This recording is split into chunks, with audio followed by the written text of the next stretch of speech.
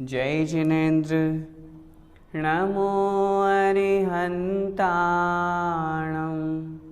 नमो सिद्धाणं, नमो आयर्याणं,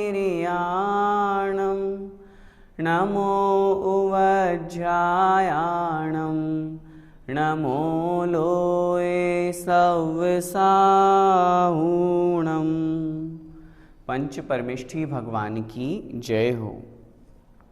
आचार्य भगवान श्री विद्यासागर जी महाराज के परम आशीर्वाद से, पूज्य गुरुवर मुनिपुंगव श्री सुधा सागर जी महाराज जी की पावन प्रेरणा से तथा संस्थान के अधिष्ठाता आदरणीय रतनलाल जी बेनाड़ा साहब के कुशल निर्देशन में मैं किरण प्रकाश जैन, व्याख्याता श्री दिगंबर जैन श्रवण संस्कृति संस्थान सांगानेर से स्वाध्याय पाठ्यक्रम की यह कक्षा पढ़ा रहा हूँ।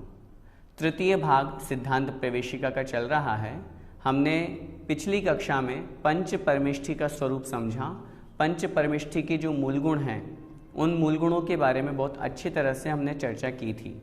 आज की इस कक्षा में हम तीर्थंकर पार्श्वनाथ के बारे में पढ़ेंगे। आइए सभी लोग अपनी अपनी पुस्तक निकाल लीजिए। पाठ क्रमांक 3, तीर्थंकर पार्श्वनाथ। हमारे जैन धर्म में प्रति युग में या प्रति काल में 24 तीर्थंकर होते हैं। इस युग में प्रथम आदिनाथ भगवान से लेकर के अंतिम महावीर भगवान तक 24 तीर्थंकर हुए। उनमें 23वें तीर्थंकर भगवान पार्श्वनाथ थे। भगवान पार्श्वनाथ की क्या विशेषता रही, क्या उनके जीवन से हमें सीख लेनी चाहिए? चूँकि बहुत बार सुनने में आता है कि पिछले 10 भाव से उनका किसी के साथ बैर चला था। वे तो आत्मसंतोषी प्राणी थे, लेकिन एक जो उनका भाई था उन्हीं ने उनसे बैर बांध लिया था, और वह दुश्मनी, वह क्रोध का प्रभाव, वह बैर भाव पिछले 10 भवों से चला आया। और फिर जब पार्श्वनाथ भगवान को केवल ज्ञान की प्राप्ति हुई, तब उस जीव को समझ में आया और उसने यहाँ आकर के उन पार्श्वनाथ भगवान से क्षमा याचना की।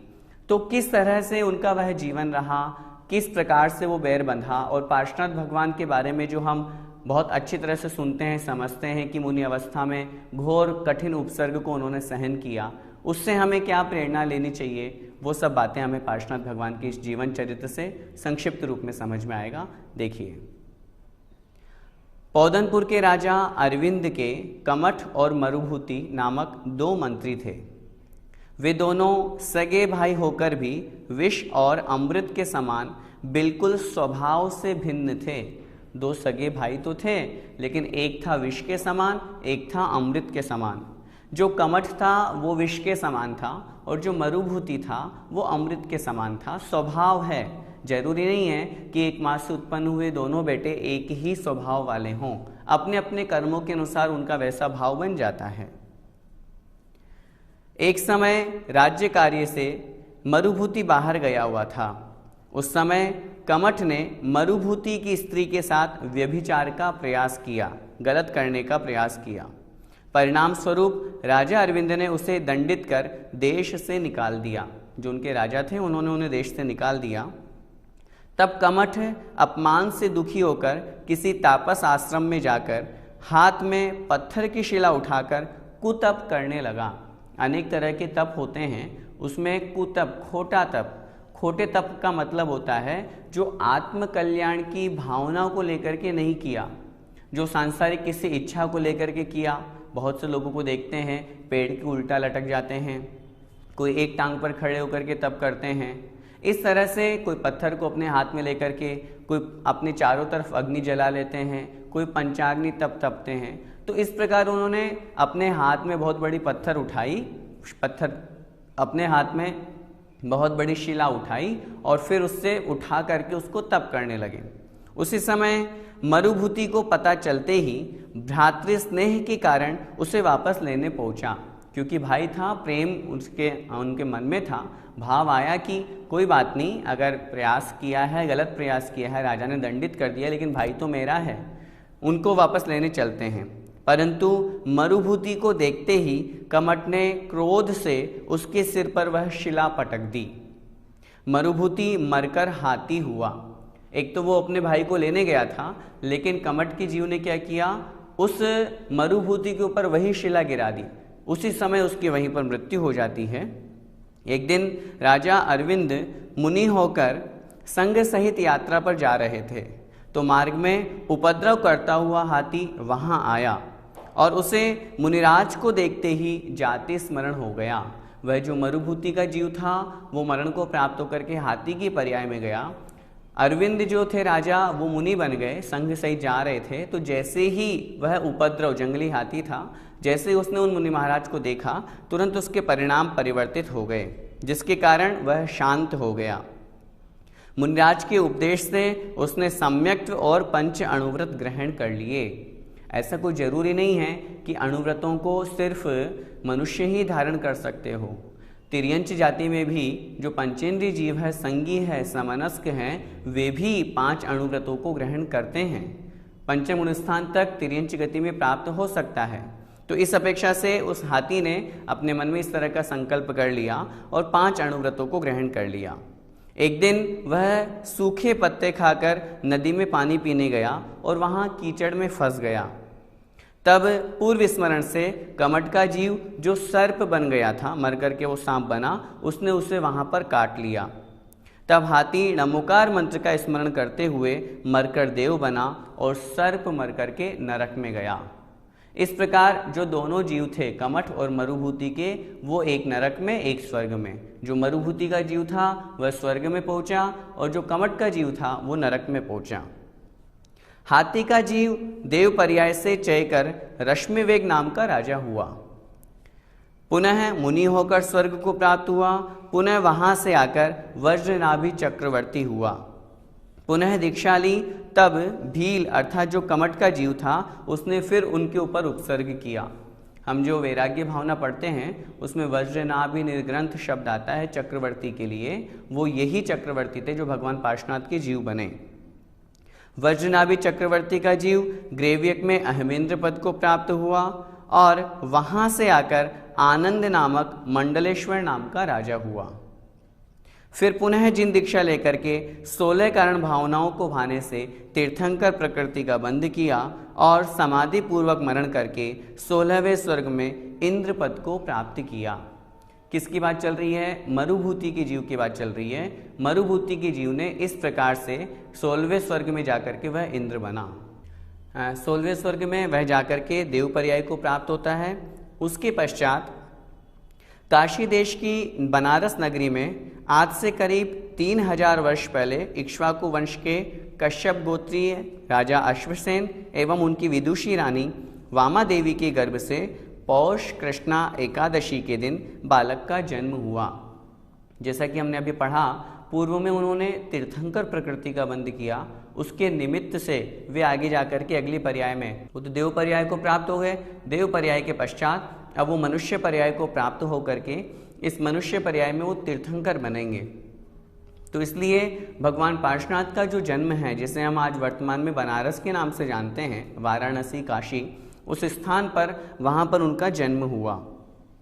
इंद्रों ने सुमेरु पर्वत पर जन्माभिषेक के बाद तीर्थंकर बालक का नाम पार्श्व कुमार रखा। जैसा कि हम सभी जानते हैं, जो तीर्थंकर होते हैं गर्भ में आने के 6 महीने पूर्व से ही रत्नवृष्टि होती है। 9 महीने गर्भ के समय की रत्नवृष्टि होती है। इस तरह से 15 महीने तक लगातार वह रत्नवृष्टि होती है। जन्म जैसे ही होता है उस समय रत्नवृष्टि होती है, देवतागण आते हैं और फिर उन्हें सुमेरु पर्वत पर ले जाकर के उनका 1008 कलशों से अभिषेक किया जाता है। उस समय उनका नाम पार्श्व कुमार रखा गया। इनकी आयु 100 वर्ष की थी। शरीर का वर्ण मरकत मणि के समान हरा रंग का था। शरीर की ऊंचाई 9 हाथ प्रमाण थी। एक हाथ लगभग 1.5 फुट का होता है, उस अनुसार इनके शरीर की ऊंचाई हमें जान लेनी चाहिए, 9 हाथ। पार्श्व कुमार जन्म से ही प्रतिभाशाली एवं मतिशुद्ध और अवधि ज्ञान के धारक थे। जो भी तीर्थंकर होते हैं वे जन्म से नियम से 3 ज्ञान के धारी होते हैं, मति ज्ञान, शुद्ध ज्ञान और अवधि ज्ञान। वे अनेक शुभ लक्षणों के धनी, अतुल्य बल से युक्त तथा आकर्षक व्यक्तित्व वाले बालक थे। क्योंकि तीर्थंकर थे तो जो तीर्थंकर होते हैं उनके जन्म से 10 अतिशय होते हैं। उन 10 अतिशयों से संयुक्त ये पार्श्व कुमार थे। एक दिन प्रातःकाल वे अपने साथियों के साथ घूमने जा रहे थे। रास्ते में उन्होंने देखा कि उनके नाना साधु वेश में पंचाग्नि तप कर रहे थे। जो उनके नाना थे वे वहाँ पर जंगल में ही अपने चारों तरफ और नीचे इस तरह से पंचाग्नि तप रहे थे। पार्श्व कुमार ने कहा कि इसमें नाग युगल जल रहे हैं।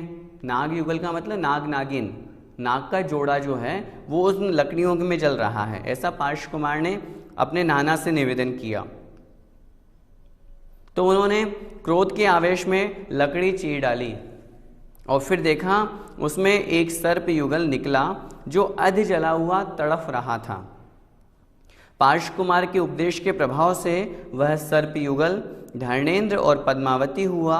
वह तापसी मर करके संवर नामक ज्योतिषी देव बना। जो हम कहानी सुनते हैं भगवान पार्श्वनाथ के उपदेश से वह सर्प युगल नाग नागिन का जो जोड़ा था वह जाकर के क्या बनता है, स्वर्ग में धर्णेंद्र और पद्मावती बनता है। और फिर उसके प्रभाव से भगवान पार्श्वनाथ के उस उपदेश के प्रभाव से वह देव पर्याय को प्राप्त हुए। कुछ लोगों की एक मान्यता ये भी है, बहुत से चालीसा वगैरह में भी पढ़ने में आता है कि पार्श्व कुमार ने वहाँ पर उस सर्प युगल को नमोकार मंत्र सुनाया था।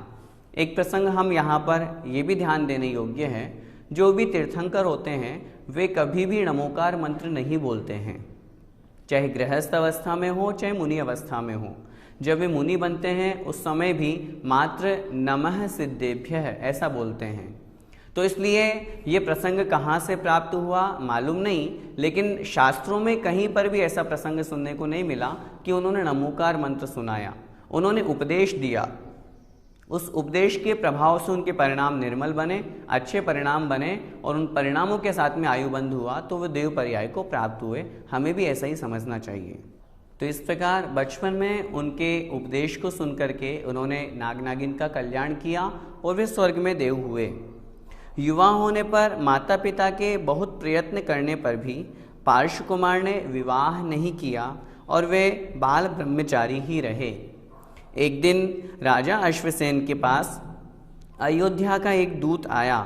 पार्श्व कुमार ने अयोध्या का हाल पूछा तो उसने ऋषभ आदि तीर्थंकरों का चरित्र सुनाया, क्योंकि प्रथम तीर्थंकर भगवान ऋषभ देव का जन्म अयोध्या में हुआ था।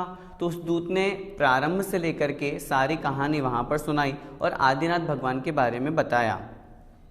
पार्श्व कुमार को ऋषभ आदि का चरित्र सुनने से वैराग्य हो गया और उन्होंने 30 वर्ष की अवस्था में ही पौष कृष्णा एकादशी के दिन, जिस दिन उनका जन्म हुआ था, उसी दिन उन्होंने दिगंबर जिन दीक्षा धारण कर ली। अर्थात अब उनका हो गया तीसरा तप कल्याणक। जब तप कल्याणक होता है, जिसे हम दीक्षा कल्याणक भी कहते हैं, इसमें स्वर्ग से लोकांतिक देव आते हैं। वे आकर के भगवान के उस वैराग्य की अनुमोदना करते हैं, प्रशंसा करते हैं, भावना भाते कि हम भी इस पर्याय को प्राप्त हों और आपके समान जिन दीक्षा को धारण करके अपनी इस आत्मा का कल्याण करें। इस भावना के साथ में वे उनकी अनुमोदना करते हैं। विद्याधर मनुष्य और देव उन्हें मिलकर के वन में पहुंचाते हैं। वहाँ वे सभी वस्त्रों का त्याग करके पंचमुष्टि केशलोच करके नग्न दिगंबर होकर के ध्यान में लीन हो जाते हैं। और सबसे महत्वपूर्ण बात यह है, जब वे मुनि बनते हैं, मुनि बनकर के जब तक केवल ज्ञान प्राप्त नहीं हो जाता तब तक वे मौन ही रहते हैं। जैसे ही मुनि बने, जैसे ही दीक्षा ली, 3 ज्ञान तो पहले थे ही, मति ज्ञान, श्रुत ज्ञान और अवधि ज्ञान। चौथा जो ज्ञान है मनः परे ज्ञान, दीक्षा लेते ही चतुर्थ अर्थात मनः परे ज्ञान उनके वहाँ पर उत्पन्न हो जाता है। तो इस प्रकार जो भगवान पार्श्वनाथ थे, या यूँ कहें कि जो पार्श्व कुमार थे, उन्होंने अब दीक्षा ले ली। अब वे बन गए मुनि पार्श्वनाथ। इसके पश्चात वे अखंड मौन व्रत धारण करके आत्म साधना में लीन हो गए। एक बार वे ऐछत्र वन में ध्यानस्थ थे, अपने ध्यान में लीन थे। उसी समय आकाश मार्ग से संवर नामक ज्योतिषी देव निकला। वह संवर नामक देव कौन? जो पूर्व पर्याय में उनका गृहस्थ अवस्था का नाना था, और वह वही नाना था जो पूर्व में जो कमट का जीव था, वो कमट का जीव संवर नामक देव बना, और वह जो मरुभूति का जीव था वो ये पार्श्वनाथ बने। तो जैसे ही वो वहाँ से आकाश मार्ग से वह संवर नामक ज्योतिषी देव निकल रहा था, अचानक विमान रुक जाने से जब उसने मुनि को देखा तो उसने क्रोध में आकर महान उपसर्ग किया।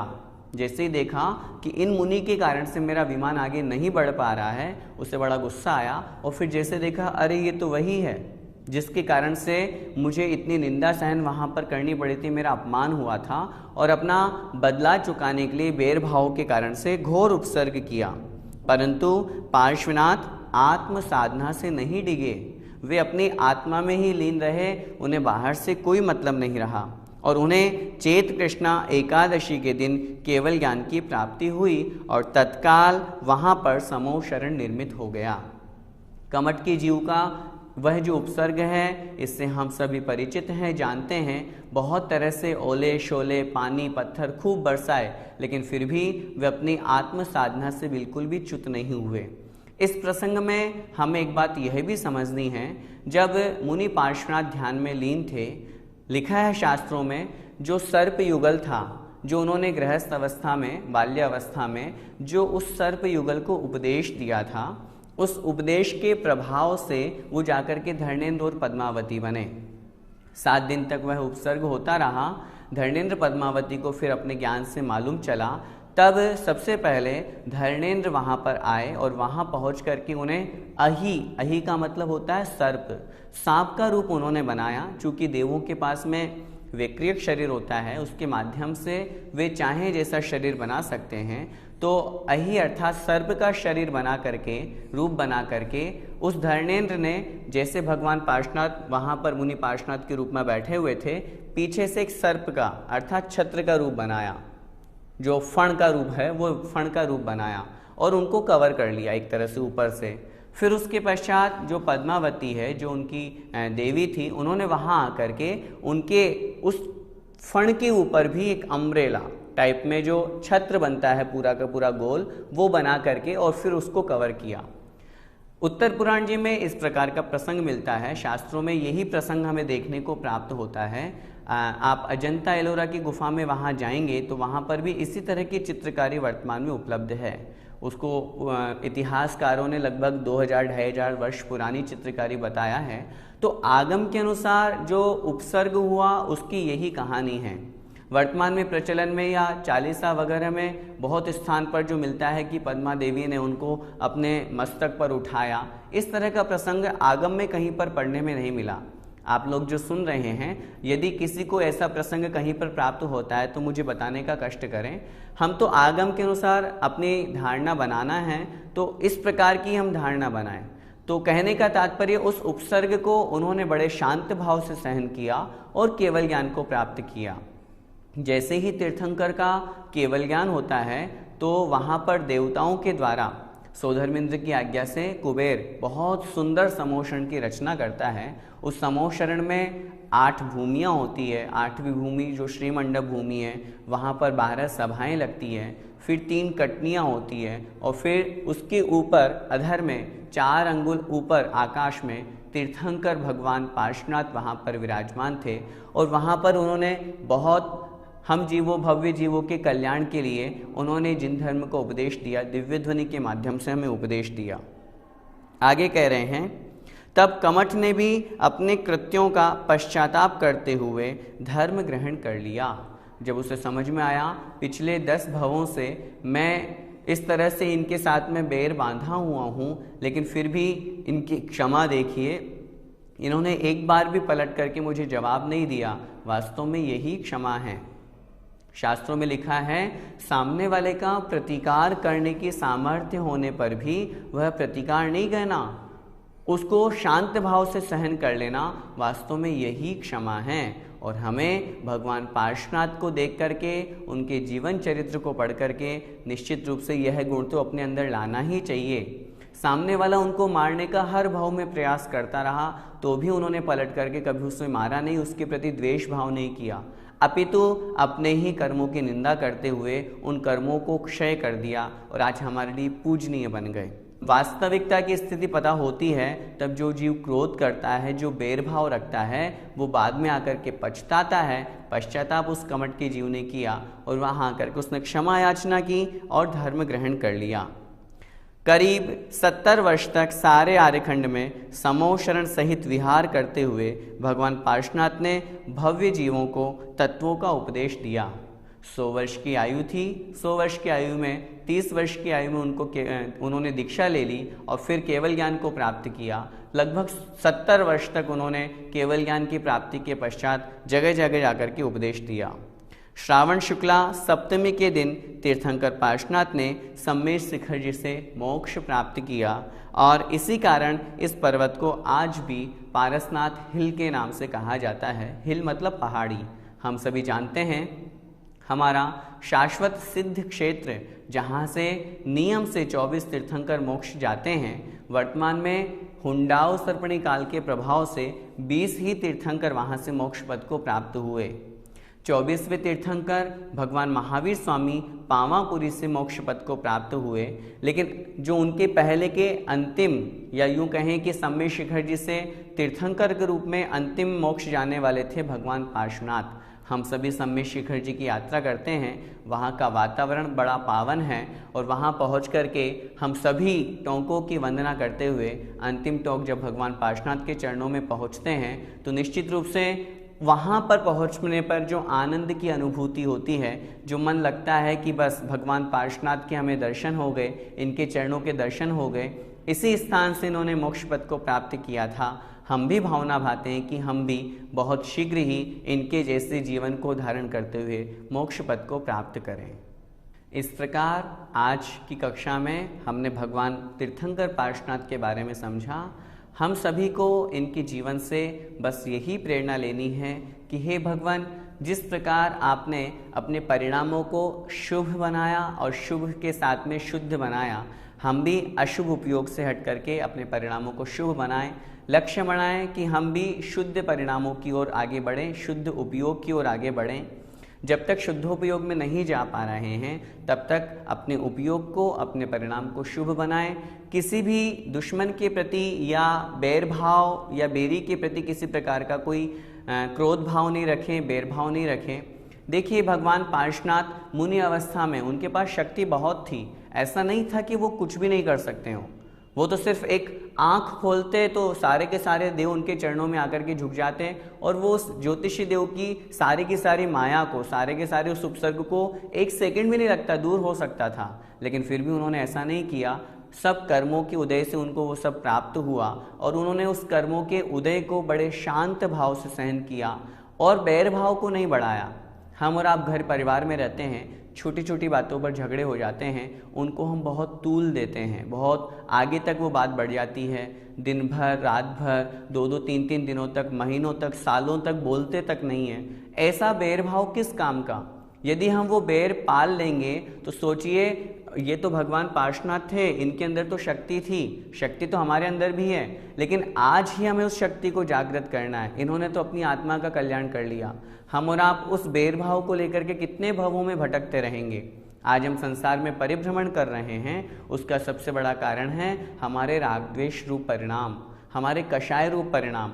इसलिए हम ऐसे परिणाम ना रखें जिससे हम दुखी हों, संसार में परिभ्रमण हमारा हो, हम भटकते रहें। हम यही इस पाठ से शिक्षा लेते हैं कि हम भी भगवान पार्श्वनाथ के समान सभी प्रकार के उपसर्ग संकटों को शांत भाव से सहन करते हुए अपनी आत्मा का कल्याण करें। हम वर्तमान में मोक्ष पद को तो प्राप्त नहीं कर सकते, लेकिन व्रत नियम संयम का पालन करते हुए देव पर्याय के द्वारा फिर उसके पश्चात मनुष्य बनकर के मोक्ष अवश्य प्राप्त कर सकते हैं। इसलिए हमें सम्यक्त्व को प्राप्त करके व्रत नियमों का पालन करने का भाव रखना चाहिए। इसी मंगलमय भावना के साथ जय जिनेंद्र।